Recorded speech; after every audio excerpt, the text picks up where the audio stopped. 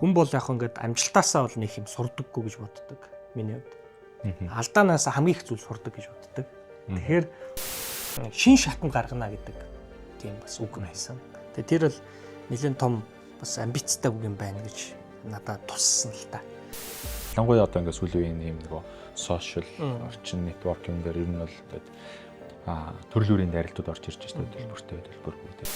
Яг одоогийн байдлаар Монголын хөрөнгийн зах зээл дээр орж ирээд хувьцааны ингээд ийм хөрвөлтөл хийцэн улсууд харах юм бол ер нь ингээд нэг юм хамт олон дундаа гэр бүл дотор хамгийн нөлөөтэй ус үг байдаг. Одоо амжилттай одоо сайн захирал байх нь бол хамгийн чухал 3 зүйл гэвэл юу гэж хэлэх вэ? Үрийн харьцаа гэвэл 3-1 юм уу? Тийм тэр харьцаа. За харьцангуй бага санхүүгийн одоо ачаалалтай.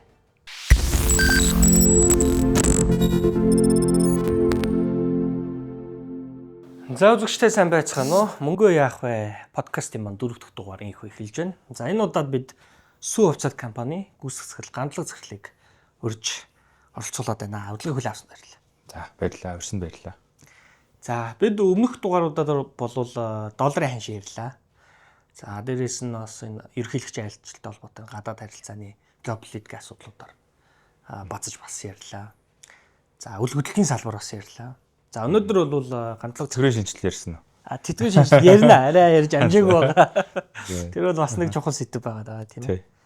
За тэгээ өнөөдрийн сэдв бол ерөнхийдөө Сүү хувьцаат компани. За Сүү хувьцаат компани одоо 5 тэрбум төгрөгийн барьцаа батлан талтахгүй бонд гаргах зөвшөөрлийг бол санхүү зохицуулахаас олгосон байгаа. За энэ бонд бас юугаар онцлогтой гэхээр топ 100 багтсан аж ахуй нэгжүүдэд барьцаа батлан талтгүйгээр 5 тэрбум төгрөг хүртэл бондыг босгох эрхцээ орчныг санхүү зохицуулахаараа бүрдүүлж өгсөнтэй холбоотойгоор Сүү компани маань топ 100-аас хамгийн анхны энэ төрлийн бондыг гаргаж байгаамаа. За тэгээд 5 богд капиталын хувьд бол үндсэн брокероор нь ажиллаж байгаа гэдгийг хэлмээр байна. Тэгээд бас биднийг сонгож байгаад баяртай байгаа шүү гэдэг бас энэ ташин хэлмээр. За баярлалаа. За тэгээд шууд ярианд оръё. Тэгэхээр гандлага захирлын хувьд бас өмнөх ярилцлагуудаа хэлсэн байсан. Би ингээд 5 жилээр карьераа төлөвлөгөө гэдэг те.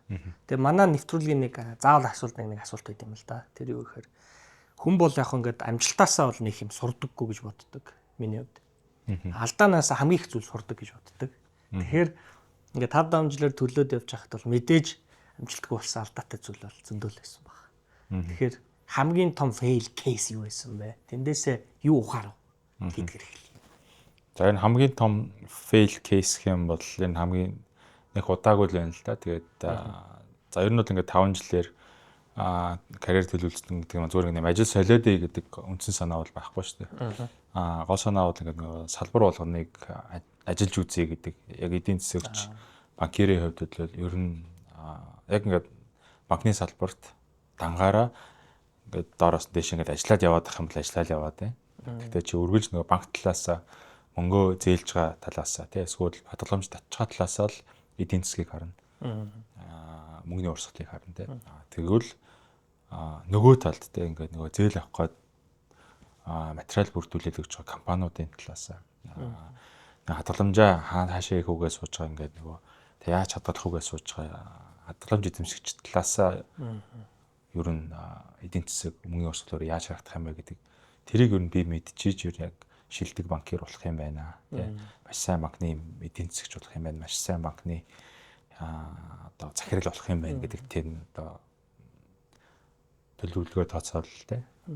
Тэгээд ер нь бол тухайн үедээ ингээд одоо уул уурхай, гадаад худалдаа, газар тариалан, хөдөө аж ахуй гэдэг одоо банк санхүү, финтек гэл ингээл одоо хөрөнгөний биржтэй дэвтгэрийн хөрвөлтөл гэдэг одоо энэ чиглэлээр өргөд ингээд ажиллаад үзээд ер нь бол Монгол улсад энэ хөгжсөн байгаа салбарууд дотроос нь одоо яг тийм замагдгүй аялал жуулчлал ч юм уу аялал жуулчлалээр л ер нь ажиллаж үзээгүй болчиход байгаа. Энэ бусад юм үндсэн салбарууд дээр бол очиод ажиллаад үзсэн байгаа. Тэгэхээр энэ хэмжээгээр ер нь бол ингээд салбар болгоны жаргал зовлон бол нэлээд сайн ойлгоод авцсан.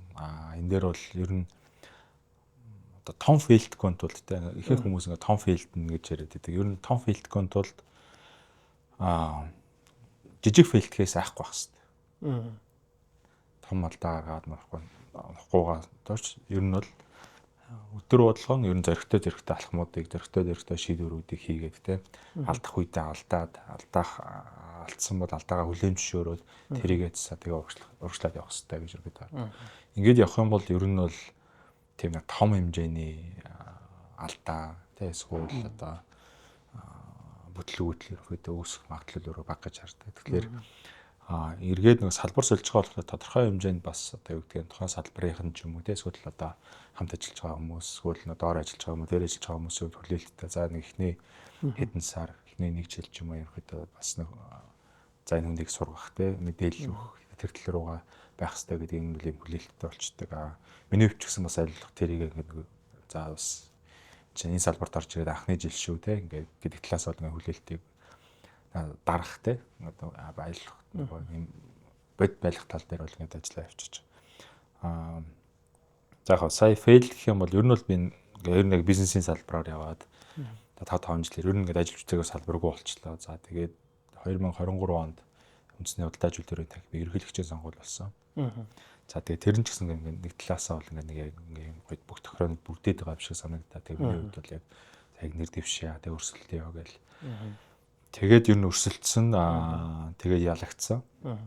Тэгээд ер нь бол эндээс нэлийн мэдээж нь бол өөрөө айгүй том алдаа.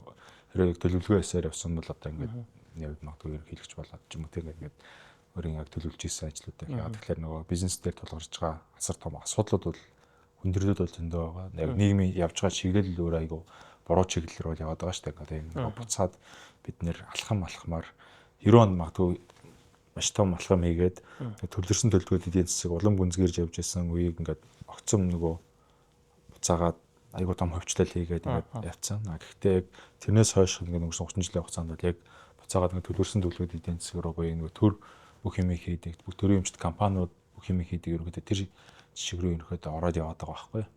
Тэрийг л ерөөдөө өөрчлөе гэдэгтэй харсан. Тэгээд хувийн талаасаа бол тэгээд ялагдсан.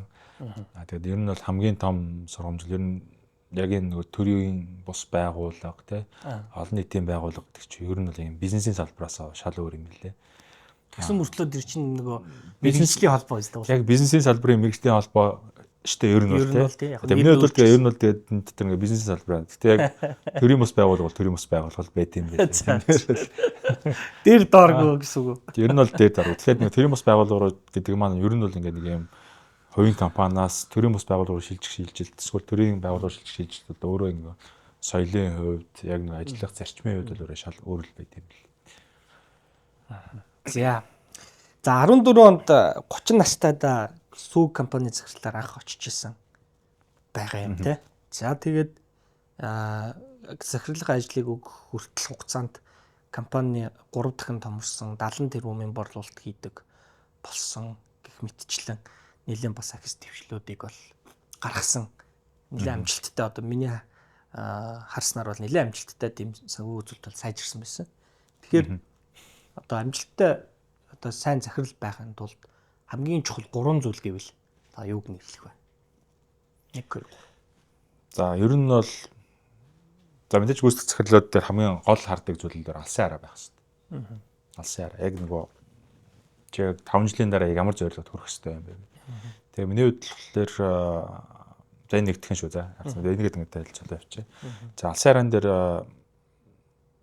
14 онд Монголын яг нөгөө сүүсүүн бүтээгдэхүүний зах зээл ер нь бол импортоор орж ирдэг байсан. Супермаркетын лангууны өнөөдөр яг та яг супермаркет руу ороод харах юм бол дандаа монгол сүүнүүд хоорондоо өрсөлдөж байгаа. Тэр үед дандаа орос сүүнүүд, Оросын ямшаар савлгаатай, тетрапак савлгаатай сүүнүүд. За тэгээд Хятадын Mom Milk, Ili гэдэг компани юм цагаан, ногоон гэдэг юм савлгаад бас тетрапак савлгаатай сүүнүүд бол байсан. За тэгээд болонд нь ингээ юм жоохон ингээ үндэсний үйлдвэр ер нь бол ингээ нэлээд жоохон авчигдмал борлуулалтын баг чивэг эзэлдэг.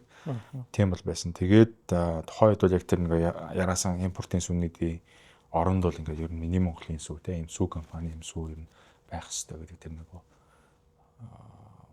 дүрслэл гэх юм уу те би нүдэнд ингээ өөр харагдаадсан байхгүй ер нь ингээд зогсож байхад яагаад ийм биш юм те гэдэг. Тэгээд ялчгүй яг тэр хүсэл мөрөөдөл бол өөрөө бас эргээд манай нөгөө тузын дарга дээр бол бас байсан те. Тэгээд тэр чутгаараа одоо юу гэдгийг миний Монголын сүү гэдэг ингээд нэрлэлцэн те ингээд нөгөө чинь Монгол хүндээ Монгол сүүгээ бол омоор штэ ингээд хөдөө аж ахуй. Тэр талаас бол аюу гоо ингээд нөгөө санаа бол нийлж исэн.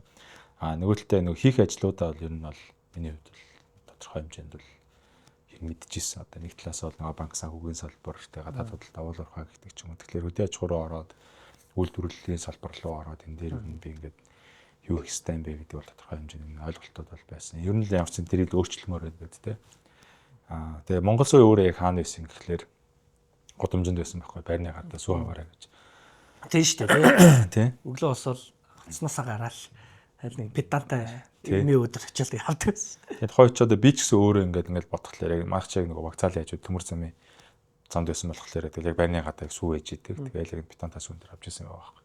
Тэгэхээр ингээд тэгээ супермаркет руу орохлоор импортын сүүтэй. Тэгэхээр ер нь яг тэр 5 жилийн хугацаанд 14-өөс 19 оны хугацаанд бол ер нь бол яг энэ алсын хараа буюу ингээд очих цэгээ айгуу зөв тодорхойлоод тий.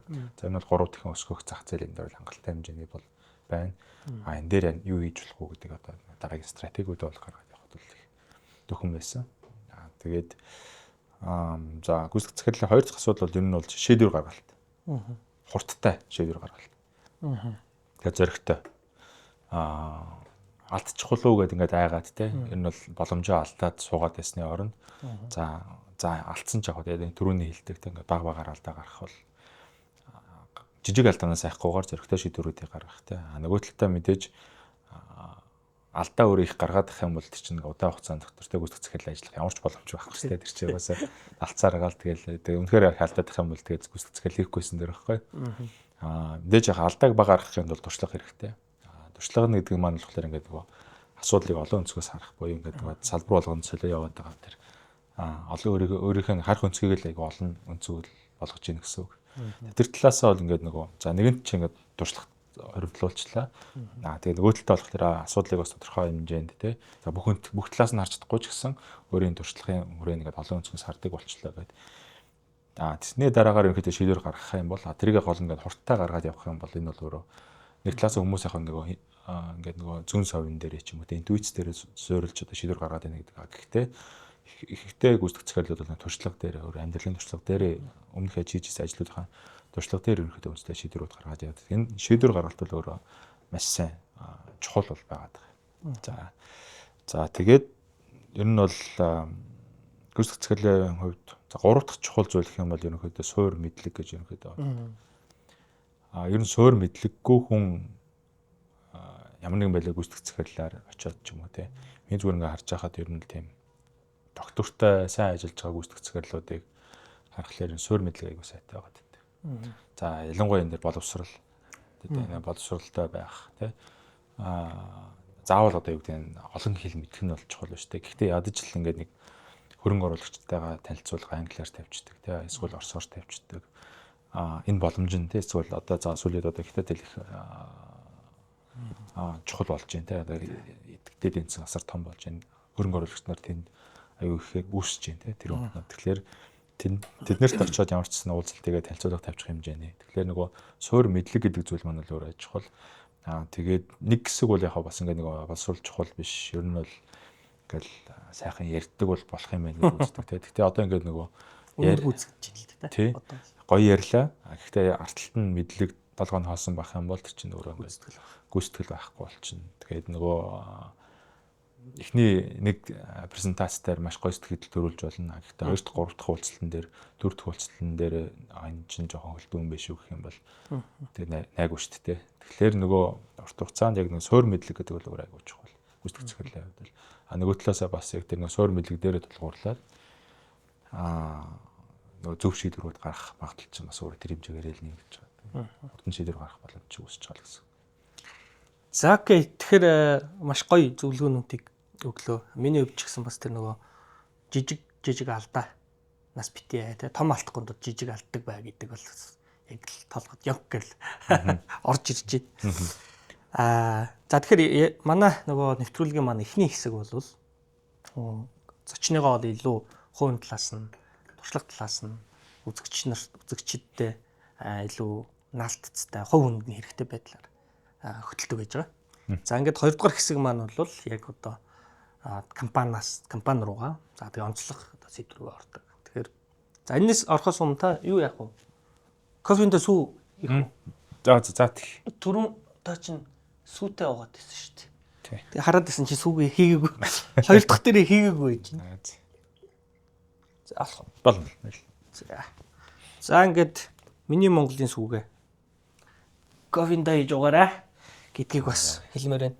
Тэгээд яг энэ нөгөө сурталчилгаа гэхээсээ илүү одоо манайх ч үнцаасны компани хөрөнгөний зах дээр байгаа учраас энэ хавцад компаниудынхаа мэдээллийг хүргэх нь эргээд бас нөгөө жоохон ч гэсэн борлуулалт нь хэрэгтэй тийм үү. Тэгээд тэрний эргээд ашигтаа. За тэгээд ханшиндаа нөлөөлнө гэдэг. Энэ логик явж байгаа шүү гэдэг бас. Тэгээ миний хувьд ер нь бол ингээд нөгөө хувьцаат компаниудын бүтээгдэхүүн авах дуртай. За одоо жишээ нь одоо юу гэдэг нь тэр цаад компани засаглал юу энэ тэр гэхээс нэлтэл бол тэ ингээд жишээ нь өндөг бол тэ би түмэн шуудыг авах дуртай. Түмэн шуудаас ороод өөр одоо юу гэдэг өндгийг ерөөсө хардггүй жишээ тэ. За талах авъя гэх юм бол би талах чихрийг одоо атар талах байгаа шүү дээ. Бид нэр яг 90 онд нэг талаасаа бол ингээд нөгөө амьдрал залгуулсан гэх юм уу те. Тийм шүү дээ. Тий. Тэгээ өдрийн хоол залгуулж байсан. Тэгэхээр миний хувьд бол одоо л яг атар талахыг авах дуртай. Тэгээл нөгөө яг календар нь масл дүрхэл тэр асгаал идэх чаг нэг юм хүүхэд насны гэх юм уу те дурсан сэдэр. Тэр дуртай. Тэгээл Махимпиксийн хям болохын дуртай. Махимпикс маш гоё үйлдвэр бол ашиглалтанд оруулсан байлээ. Тэгээд би өнгөрсөн жилиг дотор нь орж ирсэн супер одоо дэлхийд одоо магадгүй топ 10-т орох ч юм уу яг баг тийм тоног төхөөрөмжтэй мундаг үйлдвэр бол байгуулсан байлээ. Тэгээд гэх мэтлэн тэгэхээр нэг хувьцаат компаниуд тал дээр бол ер нь бол яг хэрэглээгээ эргээд харахаар хөрөнгөний зах зээлийн улсууч нь хувьцаат компаниудтай их дуртай болчихсон. Тэгэл сая энэ сүг авахтаа юу байлаа? СУ-гаас авлаа. Тэгэл за гих мэтлэн ингээд ерөн зүгээр одоо нэг энэ хөгжсөн орнуудад бол ингээл алхам тутамд тэр үйлчлүүлж байгаа компанийн ихэнх нь тэгэл юу байгаа байхгүй.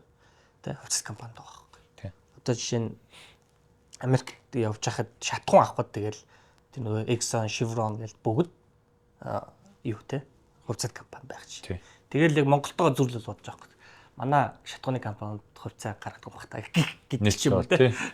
Энд чинь нэг талаа бол яг ингээд нэг юм хөрөнгө санхүүгийнхаа асуудлыг шийдэхээсээ гадна ч өөрөө айгүй том одоо юм яг маркетингаар хэлдэг юм даа Patriot consumer гэж ярьдаг байхгүй. Одоо энэ их оронч хэрэглэгч гэх юм уу те.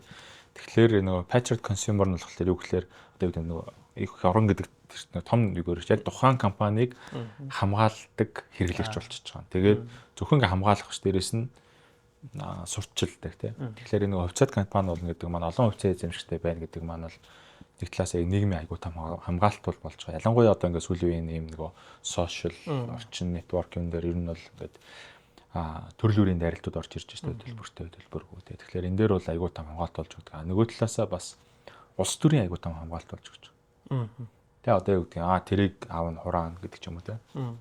Нийлдээ хувьцаат компани тэр компаниг тэ 10,000-аас дээш хүн хувьцааг нь эзэмшиж байгаа компани хөрөнгийг ер нь ингээд хурааж авах юм уу те эсвэл ингээд үйл ажиллагааг нь зогсоох те ингээд эн чинь өөрөө айгүй хэцүү байхгүй ягаад тэгэхээр тэр арталт нь 10,000 хүний мөнгө явж байгаа 10,000 хүний ирээдүйн баталгаа хөрөнгөлөө хийгээд ингээд явж байгаа тэр зүйл рүү ингээд халтах нь өөрөө айгүй ер нь улс төрчид бол айгүй том эрсдэл хийж байна л гэсэн. Тэг эргээд өөртөө эрсдэл үүсгэж байна. Тэгээд тэр нэг яг одоогийн байдлаар Монголын хөрөнгөний зах зээл дээр орж ирээд хувьцааны ингээд ийм хөрөмтлөл хийцэн усууд харах юм бол ер нь ингээд нэг юм хамт олон дундаа гэр бүл дотор хамгийн нөлөөтэй усууд нь байт. Хамгийн одоо нөө инфлюенсер гэдэг зүйл яг бид нэр сошиал нэтворк дээр их яриад байна те. Сошиал орчин дээр их яриад байна. Гэхдээ яг энэ тренд ер нь одоо ингээд ер нь арилж байгаа байхгүй. Юу хүчтэй болж байгаа гэхээр хүн өөрийнхөө хамгийн ойрхон хамгийн хүчтэй үнийг л дуурайдаг.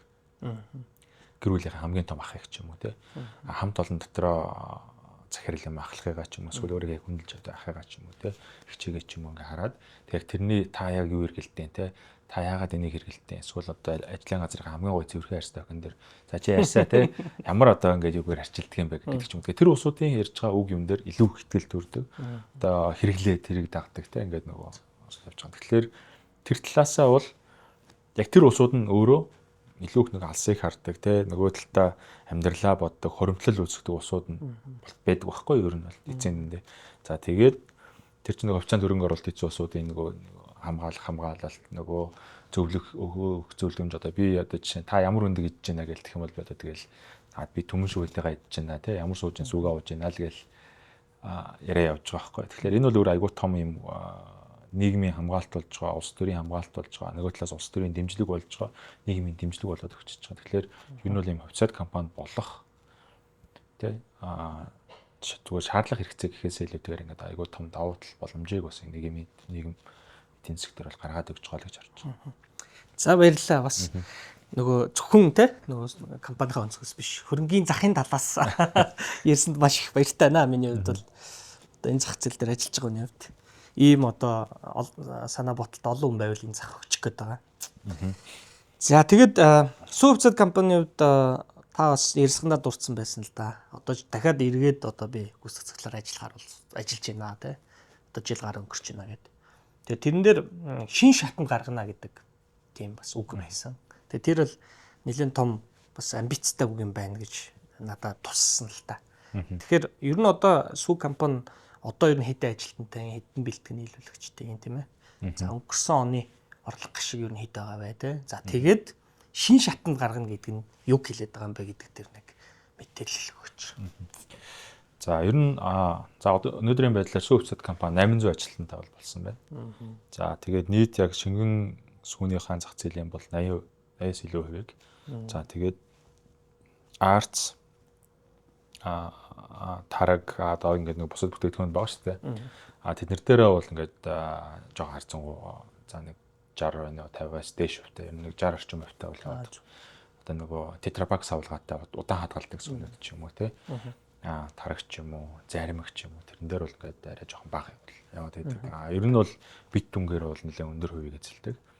Мөнгөн дүнгээр аваад үзэх юм бол бидний хувьд бас нөгөө илүү өргөн хэрэглээний илүү масс сегмент рүү зориулсан бүтээгдэхүүнүүдийг бол үйлдвэрлэдэг. Тэгэхээр тэр тал руугаа бол ингээд аль нэг үнийг хөрөгдөхгүй байх үнтэй. Нөгөө талаас нь сүүсэн бүтээгдэхүүн манай өөрөө нөгөө стратеги хүнс гэж явдаг. Монголчууд яг өргөн хэрэглээ, үндсэн хэрэглээний нэг багхгүй. Тэр талаасаа бол ингээд нөгөө үнний хувьд бол яг тэр масс дундаж сегмент бол барай яваад байна. Өнгөрсөн 24 онд болохоор нийт 200 тэрбум төгрөгийн борлуулалттай. За 16 17 орчим тэрбум төгрөгийн цэвэр ашигтай бол ажилласан. Бол байгаа. За энэ нь өөрөө ингээд 23 онтой гарцвал 23 онд болохоор 150 тэрбум байсан. 22 онд болохоор 110 тэрбум байсан. Тэгэхээр ер нь бол сүүлийн 2 жилийн хугацаанд бол ингээд ер нь бол 2 дахин боловсчод яваа. Тийм шүү. Тийм явж байгаа.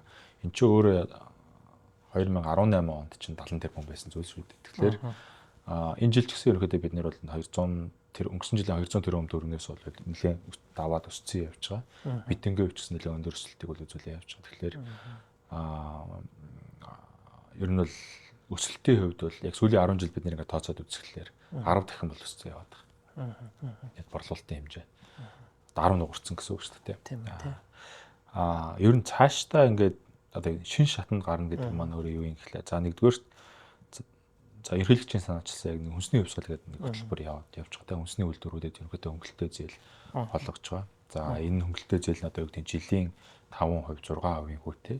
За тэгээд эн чинь 4-5 жилийн хугацаанд яг энэ үйлдвэр барих төр боломжийг олгосон тийм зээлүүдийг хүнсний үйлдвэрүүд олгоод явж байгаа. Тэгээд энэ зээлд ерөнхийдөө Сүүцэд компани л хамрагдсан. За тэгээд шинэ үйлдвэр бол барьж байгаа. За шинэ үйлдвэр маань болохоор Сүүцэд компани хүчин чадлыг 2 дахин нэмэгдүүлэх.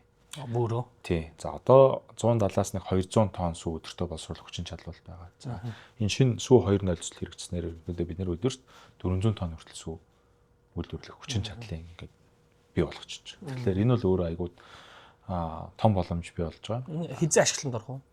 За энэ 9 сартаа ерөөдөө бид нэр ашиглалтанд оруулах гэж үзэж байгаа. За хэрвээ өсөх юм бол урьж байна. Ер нь бол яг нөгөө барилгын явц юмуд маань нэлээд дөгцсөн одоо танк төхөөрөмж өрхөд огсралт шийдвэр гаргалаа. Зөв. Тэгэхээр 200 2 дахин хүчин чадал нэмэгдэхээр нөгөө талдаа 2 дахин нөгөө эрэлт маань яах вэ? За зах зээлийн эрэлтийн хувьд болохоор за бид нар ингээд монголчууд биднээс сүүгний яг өргөн хэрэглээтэй гэж бид нар өөрсдөө яриад байдаг. Гэхдээ яг ингээд тоогоо харахаар тийм биш юм байл. За дэлхийн эрүүл мэндийн байгууллагын зохимжит хэрэглээ бол өдрийн 200 мг сүү. 200 г сууж өдөрт сүүсэн бүтээгдэхүүн хэрэглэж гэж. Тэнгүүд манай Монголын өнөөдрийн одоо яг ингээ 2025 оны тоог харахаар яг 80 дээр ирсэн баг. Юу 80 лээ? 80 г. 80 г. 200 байх хэвээр зүйл 80 дээр явж байгаа байхгүй. Боёо бид нар нөгөө сүний хэрэглээгээр хангалттай биш байна л гэсэн. Тэгэхээр энэ хэрэглээгээ өөрөө яг ингээд зохимжт хэмжээнд дээр ингээд очиж юм бол бидний хувьд бол одоо тэр сүний зах зээлийг хангалттай хэмжээнд хангацлаа, тулчлаа гэж ерөөхдөө гэж үзнэ. Органик өсөлт цаашаа явнаа л гэж хэлдэг. Тий. Нөгөө талд яг сүний өндөр хэрэглээтэй усуд байгаа. Одоо дэлхийд дээр те одоо Голланд ч юм уу ингээд нөгөө Герман ч юм уу те. Тэгээд тэр усууд дээр болохоор ер нь баг өдрийн хэрэглээ 400-аас давцсан явчихдаг. 400 грамаас. Тэгэхээр бидний болохоор нөгөө 80 грамм гэдэг маань бол өөрөө айгүй бага бол байгаад байгаа. Тэр ч утгаараа ингээд нөгөө хүүхдүүдийн яг өсөлт хөгжил ч юм уу те ингээд ер нь бол хангалттай хэмжээнд өсөлт хөгжлийн ялангуяа нөгөө биеийн тийм амин дэмээс авахгүй байгаа чи. Хятад ч одоо нөгөө 95 оноос хойш нөгөө өдийн сүү хөтөлбөрийг ерөөхдөө хэрэгжүүлж явж штэ. Энэ ингээд 95 оноос хойш ингээд хугацаанд яхад ямар ч 2015 онд уншихад Хятадын одоо яг залуучуудын дундаж өндөр 8 см өссөн гэдэг юм байна. Тэгээд одоо ингээд нөгөө шүдний өвчлөлтөр чи 10 дахин буурсан ч үлээ айгүй өндөр тоонууд байдаг. Тэгээд тэр өөрөө төрийн бодлого бол айгүй том ингээд сүний хэрэглээ бол нэмэгдүүлж өгсөн тийм жишээнүүд л байдаг. Тэгэхээр зах зээлийн үед аваад үзэх юм бол яг сүүн бүтээгдэхүүний үйлдвэрлэл өөрөө өшөө цаашаа өсөж нэмэгдэх тэр боломж болцоо нь өөрөө их байгаа. Нийгмийн чих хандлага ч гэсэн өөрөө ингээд нөгөө юм эр хүлтэй чихэр багтаа яг юм натурал бүтээгдэхүүн ерөөдөө хэрэглэх сонирхол бол ихтэй өөрийнхөө нөгөө илэг ходоодонд ачаал багтаа. Тэгээ сүү гэдэг бүтээгдэхүүн чинь өөрөө болохоор ингээд хүний биед хамгийн амархан шингэдэг бүтээгдэхүүн байхгүй. Хүний бие организм хамгийн бага юм ачаал дарамт авч шингээд чаддаг бүтээгдэхүүн.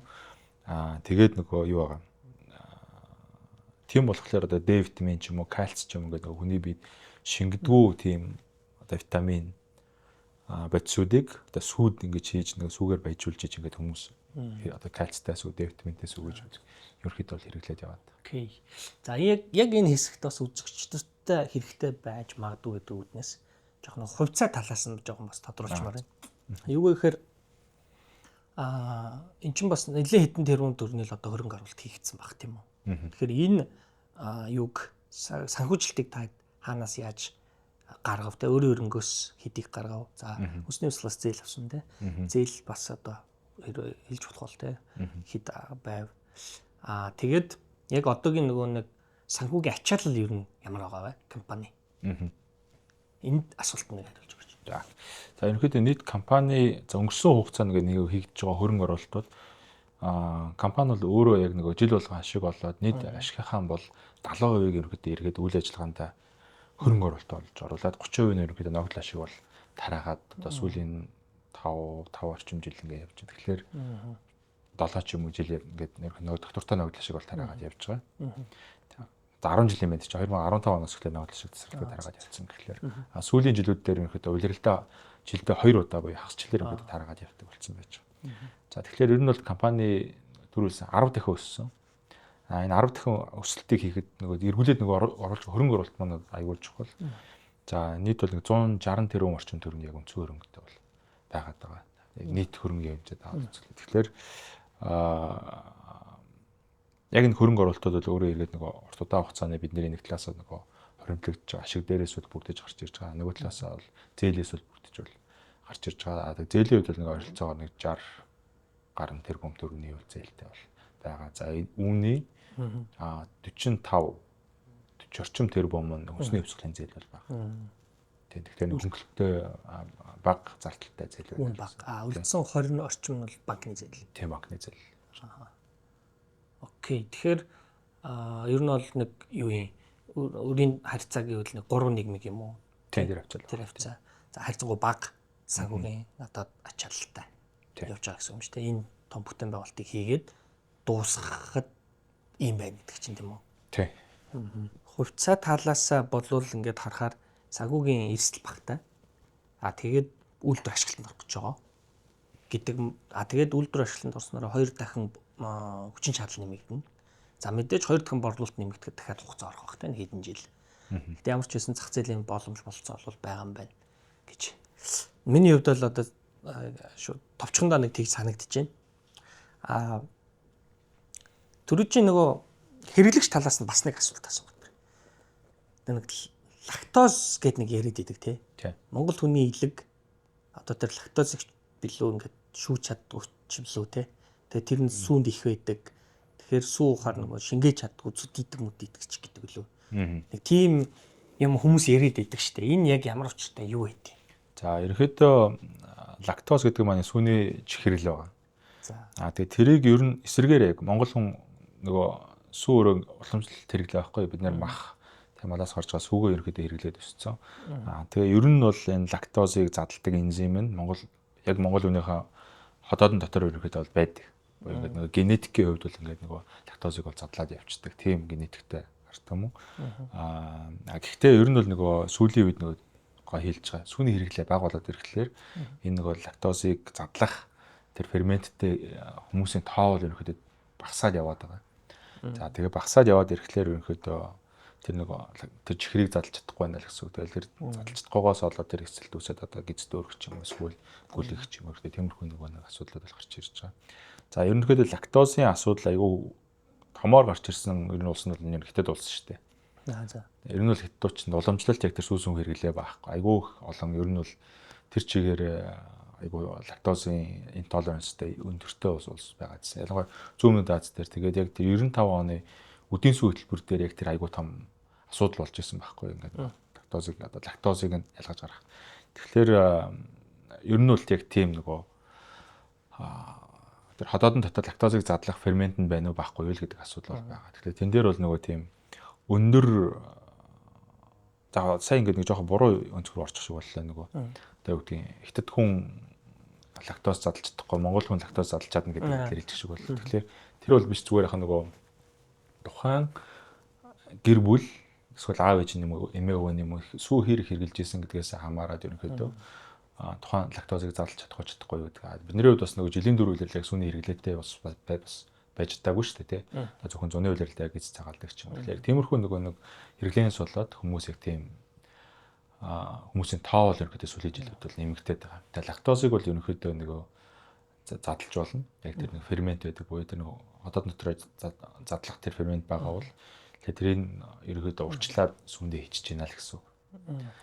Лактозгүй сүү гэж бас байна уу? Лактозгүй сүү байгаа. Тэр ферментийг нэмээ хийчихэж байгаа байхгүй юу?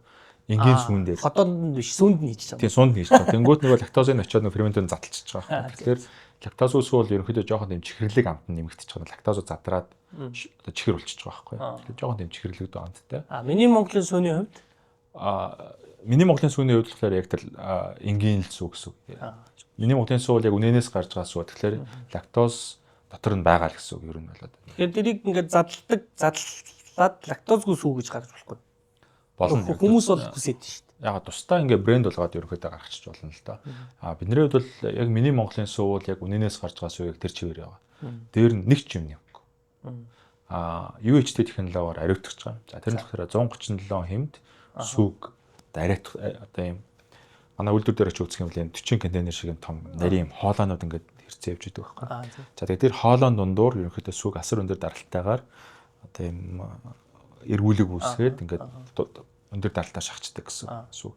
За тэгэнгүүт яг тэр одоо хоолоон дундуур сүг өөрөө халаад 6 секундын дотор 137 юм хүртэл халаад эргээд 6 юм хүртэл хөрөөд гарч ирж байгаа. Жон буцаж байгаа л гэсэн үг шүү дээ. Тэгээ буцлаад одоо ингээд молекулын хэмжээнд баг ингээд уур болоод тэгээ буцаад ингээд нэгдээд гарч яана л гэсэн. Тэгэхээр нөгөө тухайн сүүнд байгаа тэр нөгөө хортой бактериудыг те ерөөдөө устгаж байгаа. Тэгээд ерөөдөө сүг ариутгаад гаргаж чинь гэсэн үг. Дээр үед одоо социализмын үед гэж ярьдаг те том сүүний үйлдвэрүүд нь тусдаа хүүхдийн сүүний үйлдвэрүүд тусдаа байсан шүү дээ. Хүүхдийн сүүний үйлдвэрүүд тусдаа байдаг гэсэн. За тэгэхээр тэр үед яадаг байсан гэхээр энгийн нөгөө пастеризац гэдэг арга байдаг. Pasteurization гэдэг.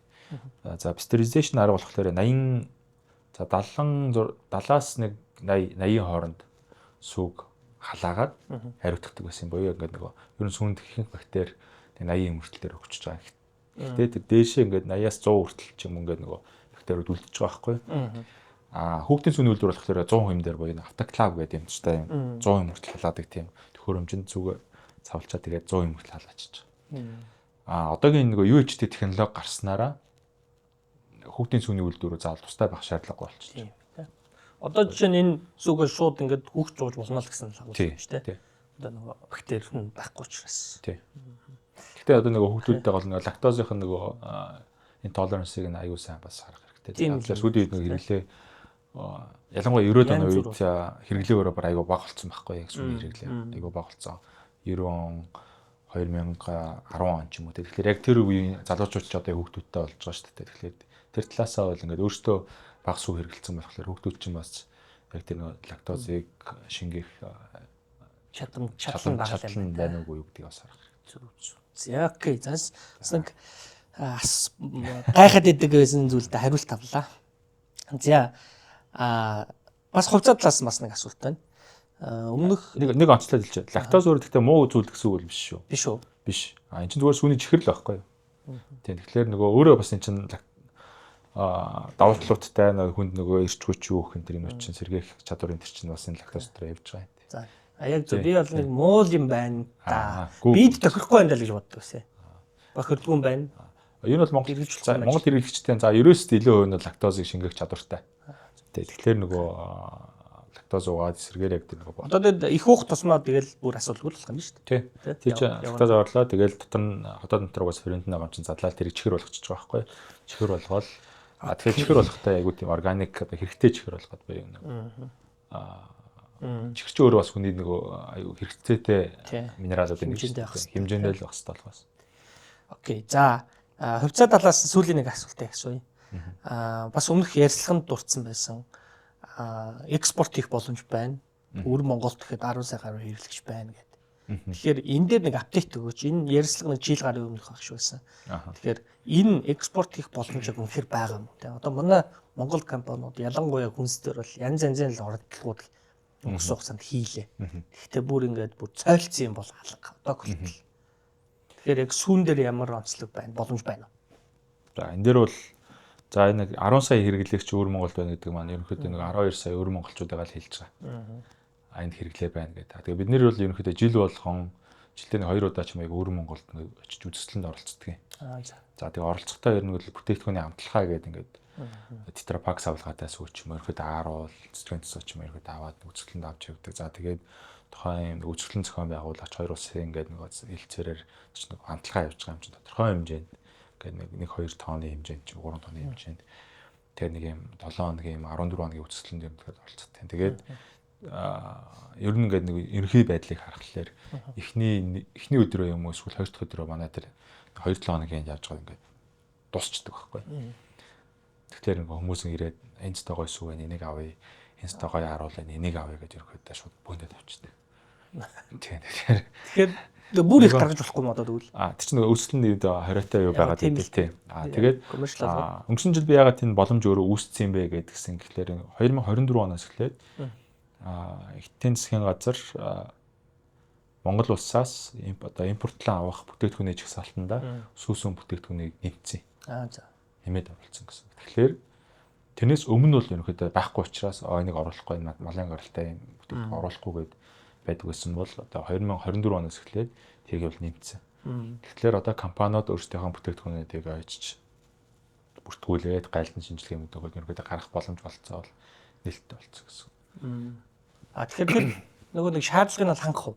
Хангав. Тий. Одоо ингээд мах зах хангаддаг шүү дээ, тий.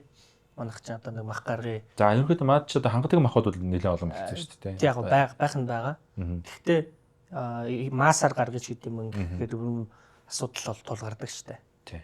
Яг ерөөсөн малын гаралтай бүтээгдэхүүнээр ялангуяа тий. Тэгэхээр тэр малын гаралтай дээр бол тэр нэг 180 оны карантин л байгаа даа шүү дээ. Тэгж нэг махыг нөгөө тэр малын маханд байгаа одоо антибиотик байвал ч гэдэг юм уу тийм ингээд.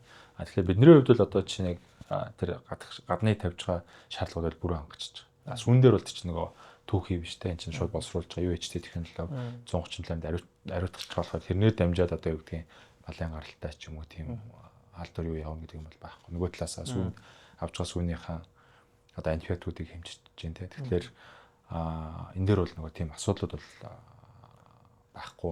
Нөгөө талаас бол шаардлагууд бол хангаа явчихж байгаа. Яг нөгөө фермийн нэг тэжээл бэлтгэлийн асуудал дээр одоо жоохон тийм нөгөө бүх циклээр шалгах байхгүй. Тэгвэл одоо яг манай нөгөө бэлтгэлийн хэрэглэгч нь 2500 фермер байгаа. За. Жилийн дөрвөлөөр ингээд сүгэ нэрэлээ явчихдаг. Тэгээд тэрэн дотор яг ер нь л ингээд жилийн дөрвөлөөр шууд фермер аж ахуйгаар явж байгаа айлууд ч байгаа. Ерөнхийдөө зундаа ингээд бэлчээрт гаргацдаг айлууд ч байгаа. Тэр талаасаа бас ингээд нэг харах хэрэгтэй. Хаяада ингээд яг одоо жишээ нь ингээд 8 сар дээр ямар асуудлууд жишээ нь манай дээр аяг тулгуурдгоо гэхэлэр царвангийн асуудал байгаа гэдэг. Юу гэхэлэр нөгөө фермерүүд юугаа бэлчээчдэг, үнэгээ бэлчээчдэг. Тэнгүүд нөгөө үнэ ингээ явж байгаа нэг царван очиод идчихдэг байхгүй. Тэнгүүд тэр царван чинь өөрөө нөгөө ямар ч нөгөө антибиотикийн юм шалгуур нөгөө бусад нөгөө тестүүдээр гарч ирдэггүй. Тэгээд тэр чинь амар ингээ нөхөн ингээ уугаад амсаад шалгаж боломж байхгүй. Тэр чинь надад л нөгөө гарч хүрэхгүйгээр ингээл нөгөө шинжилгээнд явж байгаа шүү дээ. Одоо малчтаас авч байгаас үү. Тэнгүүд ч яг тэгээд гарчингууд дараа нь яг тэр нөгөө юм одоо нэг сонин гашуун авд. Сүүн зарим нэг тийм тохиолдлууд ингээ гараад идэг үе. Тэр нь яг нөгөө иж тижээлийн хувьд. Тэгэхээр тийм яаж юм гэхэлэр нөгөө эргээд яг өгж байгаа тижээл дээр одоо юу гэдэг нь яг тиймэрхүү сүүнд амтны нөлөөлөл өгж байгаа тийм юмдыг өв суугамлыг гаргах ч гэдэг юм уу те ингээд нөгөө тийм шаардлагууд бол байгаа. За тэгэхээр та жишээ нь эх жилийнхаа төлөвлөгөөнд борлуулалтын орлогын төлөвлөгөөнд экспортоос хэдэн хувь гэж яг тооруулж өгсөн үү? За эх жилийн төлөвлөгөөн дээр за бидний хувьд шүү дээ яг ингээд нөгөө юм асуудал юу гэхэлэр ер нь дотоодын хэрэглэгчийн хэрэглээ өөр айгүй нэмэгдээд байдаг. Тэгээд нэг талаасаа бол бид нэр Монгол Сүгэр дэлхийг ундаална ч гэсэн бидний нөгөө хамгийн ихний зорилго чинь нөгөө миний Монголын сүг гэдэг нөгөө нэрэн дээрээ ч гэсэн тавьсан байдаг нөгөө Монгол хүн Монгол сүгээл уух хэрэгтэй штэ гэдэг асуудал байгаа. Тэгэхээр энэ хэрэглээгээ бид нэр яг дотоодын хэрэглээ бол өөр хангалттай хэмжээнд бол биелэгдээг байгаа. Одоо 80% ч гэдэг юм. Тэгэхээр дотооддоо ийм эрэлт өндөртэй байгаа тийм ингээд нөгөө хэрэглээ нэмэгдэж байгаа үе дээр бид нэр заавал ингээд нөгөө эсвэл гадагшаа гаргана экспортлох хэрэгтэй гэхээс илүү дотоодын одоо жишээ нь ингээд бид нэр хүнсний үйлдвэрийн бусад ингээд салбаруудын өсөлтийг ингээд харж байгаа шүү дээ. Тэнгүүд ингээд манай өсөлт ингээд хуваарайч дээр бид дүнгээрч дээр хамаагүй өндөр хуваар өсөж байгаа байхгүй.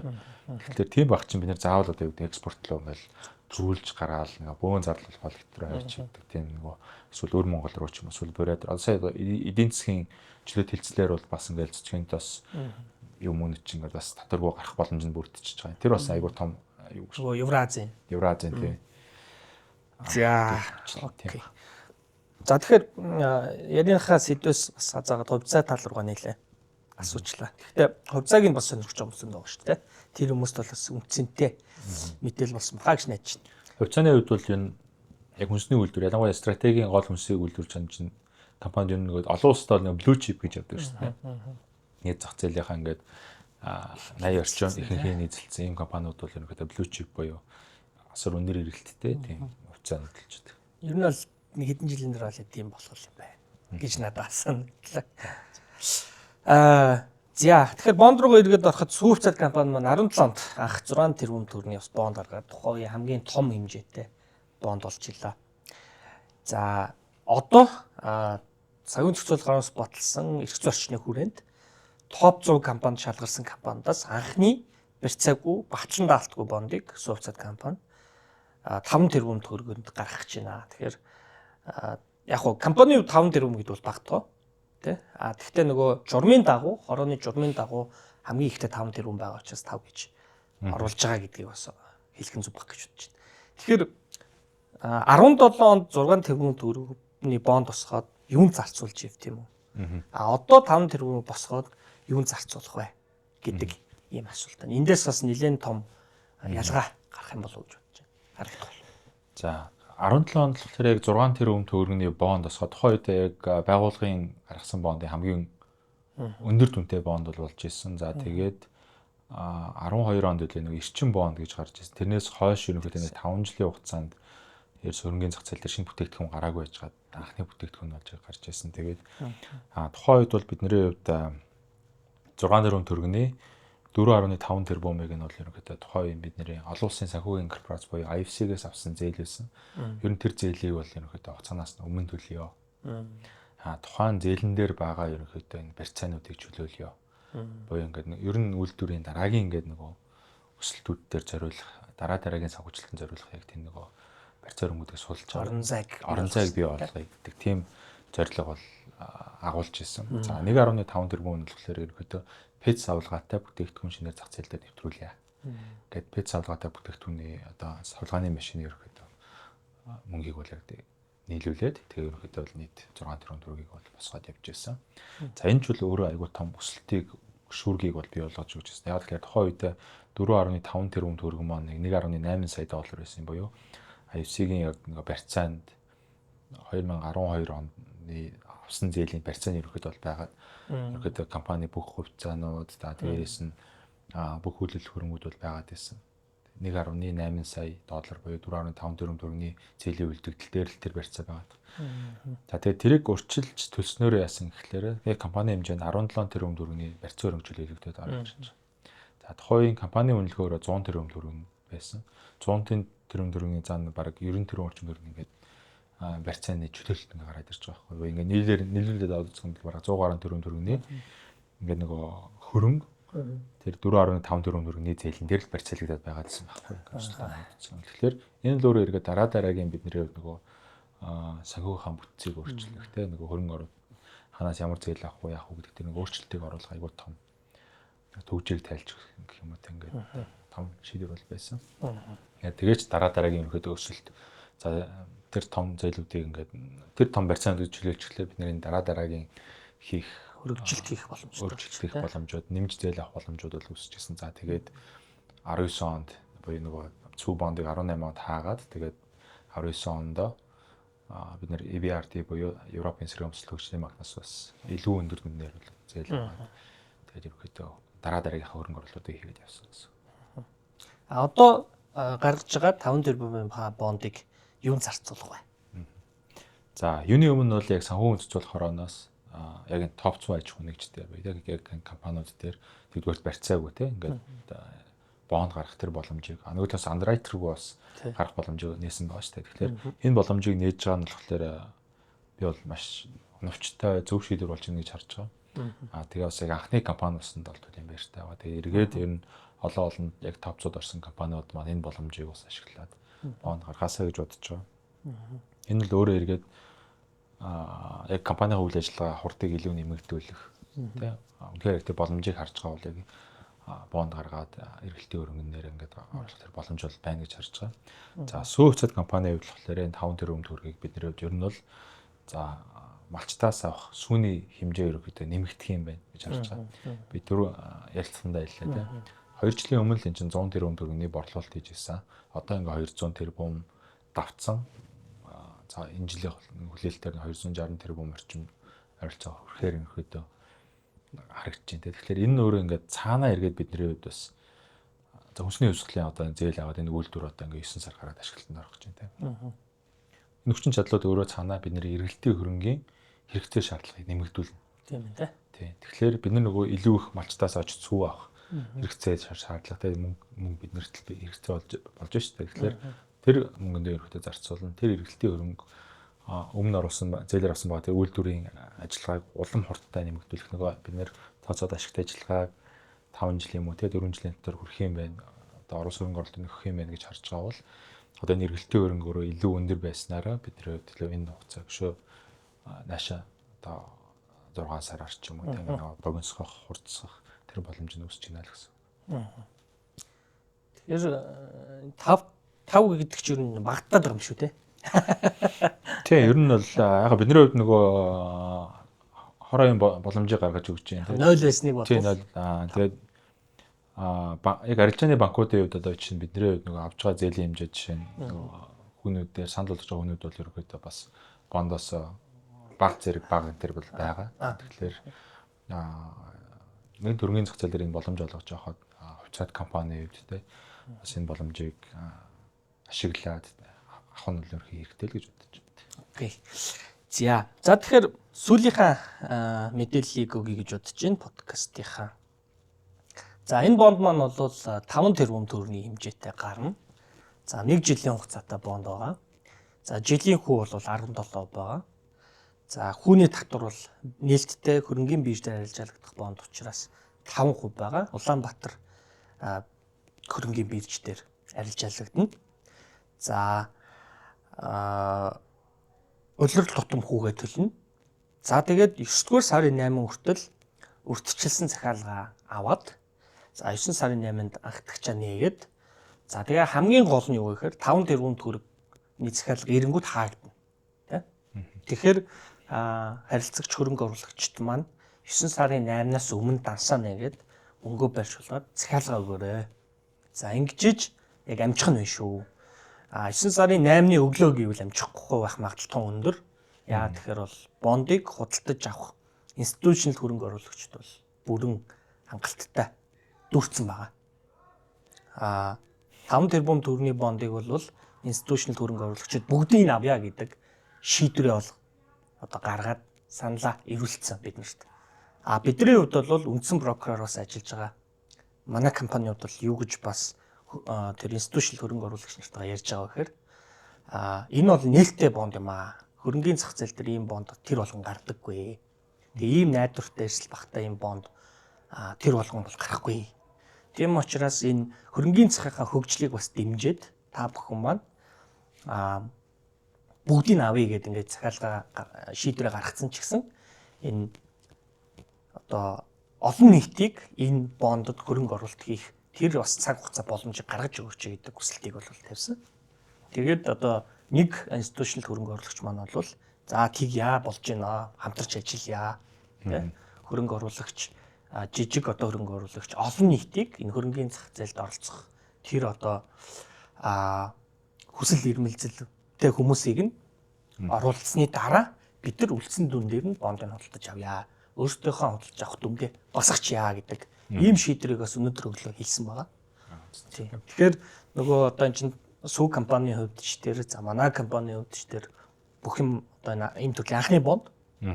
За тэгээд топ 100 одоо Монголд бол одоо сүү компани мэдэхгүй байхгүй бах. Тэгэхээр ийм одоо хөрөнгө оруулалт гарч ирж хахад ийм одоо өндөр өгөөчтэй бас. Нөгөө талдаа эрсдэл нь маш бага тийм. Ийм одоо хөрөнгө оруулалт гарч ирж хахад бид энэ олон нийтийг энэ хөрөнгөний зах руу оруулж энэ талын ойлголтыг тийм мэдлэгийг түгэх гэдэг нь бас бидний хариуцлага болж байгаа тийм. Гэдэг энэ өнцгөөс нь бол хэлсэн. Тэгээд бидний саналыг бол хүлээж авсан байгаа. Тэгэхээр та бүгд маань одоо бити бас тулгаарай тийм. Бид нар 9 сарын 8-нд бол хангалттай зах зээлээ нээгээд тэгээд хангалттай захиалга байгаа учраас хаана шууд тэр өдөр хаачна. Тэгвэл бид олон нийтийгээ төрүүлж оруулаад үлдсэн дээр нь институционал хөрөнгө оруулагч оруулнаа. Тийм учраас энийг бас онцолж хэлмээр байна. За тэгээ манайх бол нөгөө үндсэн одоо брокероор ажиллаж байгаа. Сүү компани бонд дээр тийм ээ. За юм баг тань. Яг ер нь бол топ 100 аж ахуй нэгж энэ чагсаалтан дээр ер нь бол дээгүүр аюух харилцааны банкуд ер нь чагсдаг л да. Тийм. Гэхдээ топ 100 аж ахуй нэгжид ороогүй бас банкуд бол байгаад байгаа. Тэгээ та ер нь сүүгийн бондыг авснаар давуу тал нь өөрөө яг юу юм гэхлээр та ер нь л нөгөө яг иргэний хувьд бол та сүү хувьцаат компанид нөгөө мөнгө хадгалж байгаатай нэг талаасаа бол айгүй адилхан байхгүй. Сүү компанид бол ингээ нэг арт иргэдээс зээл авч байгаа юм шиг харагдаж байгаа. Тэгэхээр нэг топ 100 ороогүй тийм банкуд бол байгаа да. Тэгэхээр тэр топ 100-д ороогүй банкудад ч гэсэн ерөнхийдөө хүмүүс мөнгө хадгалдаг шүү дээ. Ер нь бол ихэнх хүмүүс ингээ мөнгө хадгалж байгаа хамгийн номер 1 зорилго бол мөнгө өсгөх. Энэ хүү хардаг тийм ингээд банкнд хадгалж байгаа зорилго бол эрсдэлгүйгээр гэх юм уу тийм. Номер 1 нэгт ингээ ер нь бол мөнгө өсгөх зорилго байгаа шүү дээ ингээ явж. Тэгээд ингээ харангууд хамгийн өндөр хүү санал болгож байгаа мэдээж нөгөө банкныхаа шалгуур эрсдлийн аппетитээс шалтгаалаад том жижигээс хамаараа жижиг банкуд бол их өндөр хүү санал болгодог тийм. Том банкуд арай жоохон бага болцдог ч юм уу тийм. Тэгэхээр ер нь бол ингээ харахаар нөгөө тухайн хүний тийм нэг юу л байгаа. Эрсдлийн аппетит буюу эрсдэл даах чадвар гэх юм уу те. Эрсдлийг тооцоолох чадвар эсвэл эрсдэл хүлээх чадвар гэх юм уу те. Тэрлээс ингээ харахаар нэг жижиг банкн дээр ч гэсэн мөнгө хадгалж байгаа асуудал олон зөндөө байна. Тэгэхээр топ 100 аж ахуй нэгжийн нэгэн гэхлээр одоо сүүвцэт компани энэ жил бид нэг 56 дугаар юм. За баг топ 50 компани нэг нь ингээд нэг бонд гаргахлаэр та нэг мөнгөө ерөнхийдөө хадгалах тийм боломж нь үүсэж байна гэсэн. За өнөөдөр яг арилжааны банкны хугацаатай хадгаламжийн хамгийн өндөр хүн нэг жилийн 12 байна 13% дээр бол байгаа. Зарласан хүн тийм. Тэгэнгүүт сүү компани яг бонд бол өөр 17% хүүтэй. Дээрэс нь улирал болгон хүүгээ купон буюу хүүгээ ингээд тооцож өгч байгаа. Тэгэхээр улирал болгон хүүгээ аваад яваад боломжтой болсож байна. Дээрэс нь хугацаатай нэг жилийн хугацаатай хадгаламж хийчихлээ наан ингээд яралтай мөнгө эрэгтэй болоод гэрээгээ цуцлаа ирэхлээр ингээ хүүгийн алдан төлөө бүр ингээ айгу баг сургуульд ороод айгу баг хүү авдаг тий. Бонд өөрөө давуу тал нь юу юм гэхээр та өссөн үедээ 2 дахь зах зээлээр ялангуяа нээлттэй бондын давуу тал нь тэр байхгүй.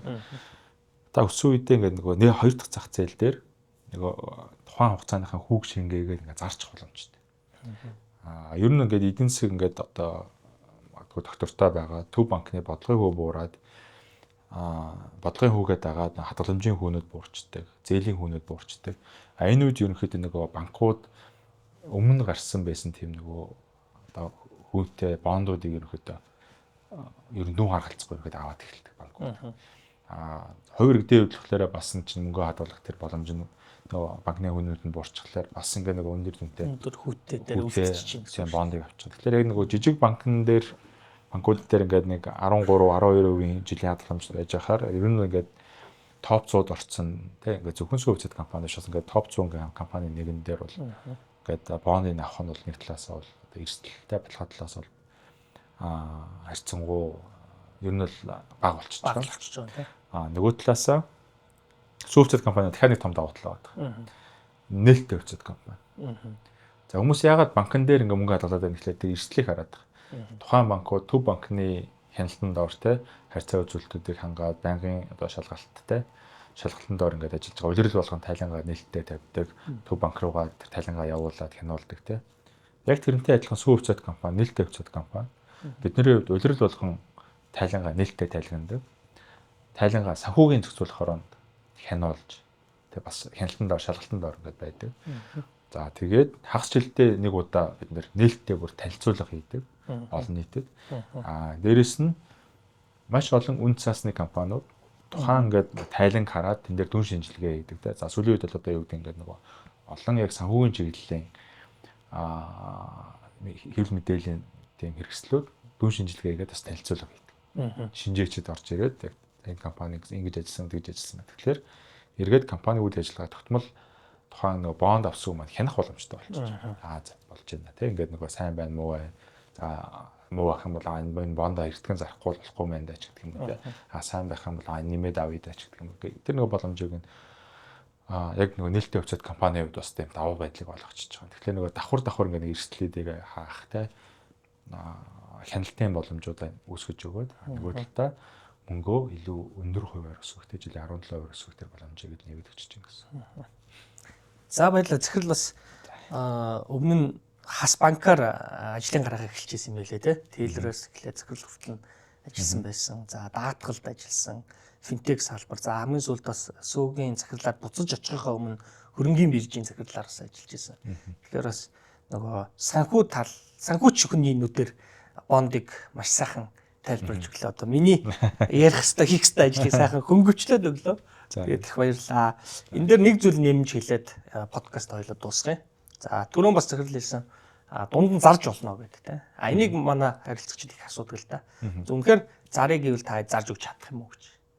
Тэгэхээр энэ дээр бол бид нар одоо таны авсан байгаа бондыг буцаагаад одоо мөнгөний хэрэгцээ гарлаа гэд зарыг гэхэд нөгөө хадгаламжаа цуслаад хүүгээ алддаг шиг тийм алдагдalgгүйгээр өндөр алдагдalgгүйгээр хоёр дахь зах зээл дээр худалдах бүрэн боломж нь бол биднэрт бол байгаа шүү. Харилцагч нартай бол хэлэхэд бид бол та бондо зарыг гэвэл танд алдагдал багтаагаар таны бондыг хоёр дахь зах зээл дээр өөр харилцагчид зараад өгөх боломж байгаа. Нэгдүгürt за өөр харилцагч байхгүй бол бид нар өөрсдөө худалдаж авах бэлэн байгаа гэдгийг бас энд хэлмээр байна. Бүр хямдхан байвал бид нэр өөрсдөө ч авах одоо шүү дээ. Яг тэгэхээр нөгөө жилийн дараа юм уу тэ удирлын дараа төлөх купоноос чөлөөлөгдөж гинэ л гэсэн үг шүү дээ. Яг юм манай гарчээ. Эхлээ манай гарчээ. Энэ бол тийм боломжууд байдаг юм байна. За тэгээд үнэхээр нөгөө нэг топ 100-д орцсон олон жил хэдэн 10 жил 68 жилийн түүхтэй компани шүү дээ. 68 жилийн турш ажиллаад топ 100-д одоо орцсон 260 тэрбумын орлоготой энэ жил гарахаар тооцогтой байгаа юм байна. За өрийн дарамт бол 3.1 гэдэг маань маш бага байна гэсэн үг. Тэгэхээр яг ийм одоо бүтээгдэхүүнийг бүтээгдэхүүнд хөрөнгө оруулахгүй бол өөр юунд хөрөнгө оруулах юм бэ гэдэг үгээр подкаст. Хоёр дахь бондоо гаргаж байгаа тий. Хоёр дахь бондоо бас гаргаж байгаа. За ингээд анхаарал хандуулсанд баярлалаа. Бонд талаас нь, хувьцаа талаас нь, бизнес талаас нь, бас захирал талаас нь ч гэсэн та бүгдэд үнцэнтэй мэдээлэл хүргэхийг хичээлээ. Анхаарлаа хандуулсан баярлалаа. За баярлалаа.